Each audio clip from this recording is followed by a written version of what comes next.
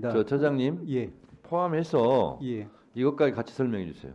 형사소송법 제66조 기간의 계산, 예. 시효와 구속기간의 초일은 시간을 계산하지 아니하고 일일로 산정한다. 이것까지 포함해서 설명해 예. 주세요. 먼저 말씀드린 것처럼 이제 실질심사 기간 불산입 관련해서는 학설에서는 이제 주석서에서는 이제 실무와 같이 실무의 통상의 견해는 이제 우리가 확립된 판례는 없긴 하지만 이제 말씀하신 것처럼 이제 날을 기준으로 하는 경우가 많은 것 같긴 합니다. 주석서에서도 이제 그와 같은 설명은 확인할 수 있습니다. 그렇지만 이제 그와 배치되는 그와 반대되는 이제 학설도 저희들이 찾을 수는 있습니다.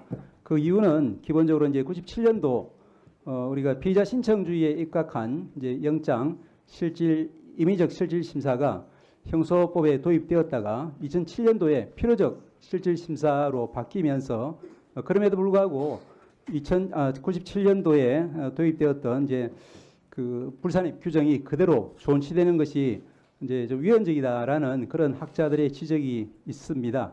그래서 이제 이와 같은 이제 그 규정, 불산입 규정은 위헌적일 뿐 아니라 그것이 이제 입법적으로도 개정이 되어야 되고 그렇지 않다 하더라도 현행법 하에서도 이제 학설들 중에는 법 개정 전에도 날이 아니라 실제로 소요된 시간만을 제외하는 것이 그 올바른 합헌적인 해석 방안이다. 이와 같은 견해로 주장하는 교수님들도 계십니다. 그래서 이제 이 부분에 대해서는 이제 그 현재 판례가 존재하지 않는 상황에서는 이제 상급심 판단을 통해서 정리될 재판 사항이라는 것이 이제 저희들의 기본적인 사항입니다. 또 한편으로 이제 고려해야 될 부분은 이와 같이 이제 그 영장 서류가 법원에 제출되어 있는 동안 이제 그 구속기간이 불산입되지 않도록 한 그 취지는 영장 관련 서류, 즉 수사 서류가 검찰에서 법원으로 넘어감에 따라서 수사기관이 수사를 할 수 없게 되는 그 이제 불합리를 구제하기 위한 규정으로 설명이 되어 있습니다.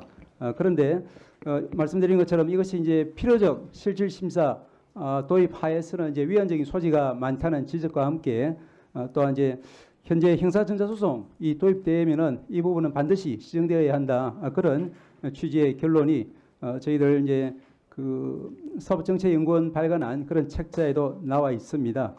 그리고 이제 재판부에서는 아마 이제 그 실무와 다소 결을 달리하는 판단을 한 것 같지만 그렇지만 이제 실무 아까 말씀드린 것처럼 학설의 여러 견해 중에 절차적으로 가장 엄격한 그런 입장을 채택한 것으로 판단이 됩니다.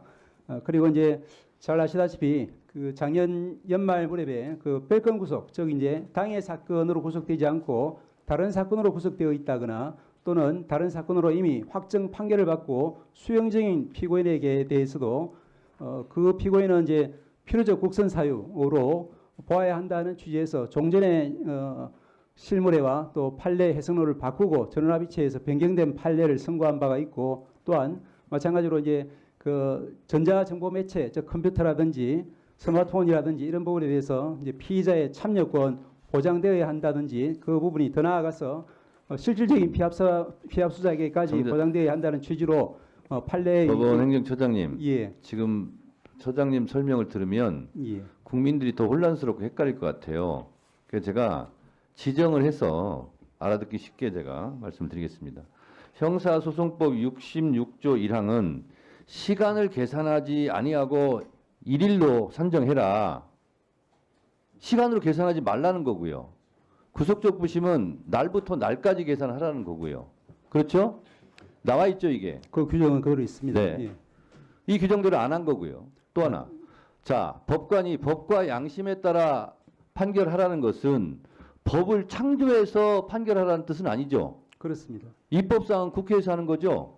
그렇습니다. 근데 왜 법을 창조합니까? 다만 저희들은 가능한 자, 현재 그리고요.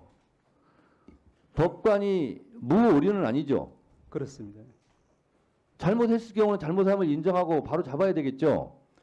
그 말씀 맞습니다. 맞죠? 그 지부장 판사가 한 것이 무오류입니까?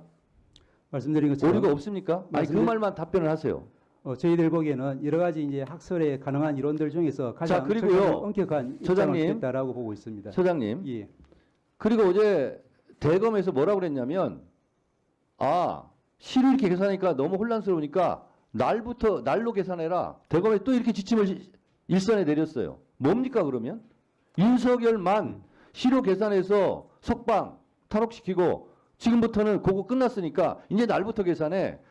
대검에서 그렇게 하면 법원에서도 아니 왜 윤석열은 시로 계산했는데 또 왜 이걸 날로 계산하라고 하냐? 라는 말은 왜 법원에서 안 합니까? 말씀드린 것처럼 종전에는 이 부분이 이제 그러면 시로 계산한 게 맞으면 지금까지 날로 계산했던 것이 다 불법이고 또 대검에서 날로 계산해라. 그러면 앞으로 이루어질 것도 다 불법 아닙니까? 법원 그 지부장 판사의 판결에 의하면. 말씀드린 것처럼 이제 그 기존의 저희들 법률의 해석은 가능하면 이제 사회 발전 방향에 따라서 또 인권 보장적인 그런 방향으로 계속 변화해 가고 있는 것 같습니다. 지금 이 이제 결정이 상급심에서 그대로 유지될지 어떨지는 이제 전혀 알 수는 없는 상황이고 판단을 받아봐야 될 상황이라는 데는 저희들도 그러면 동의합니다만 지부장 판사는 상급심의 판결을 받아보라고 했는데 심우정 검찰총장이 그런 즉시 항고를 하지 않고 그러면 법원을 곤란하게 만든 겁니까? 저희들이 알기로는 이제 그 부분은 뭐 검찰의 영역이고 아직까지는 기간이 남아 있는 것으로 알고 있습니다. 저는 아무리 법원이라 할지라도 이 부분은 잘못됐습니다. 바로 잡아야 되겠습니다. 저는 그렇게 말하는 것이 용기가 있는 거지 법관은 무의료라는 식으로 그러면서 계속 알듯 말듯한 이런 모습으로 설명하는 것은 대단히 부적절하다고 생각합니다. 기본적으로 재판 사항이라서 저희들이 말씀드리는데 한계가 있고 또 아까 말씀드린 것과 같은 취지에서 그와 같은 여러 가지 견해 중에 하나를 취한 아니 것으로 형사소송법 66조에 나와 있잖아요. 시로 계산하지 말라고.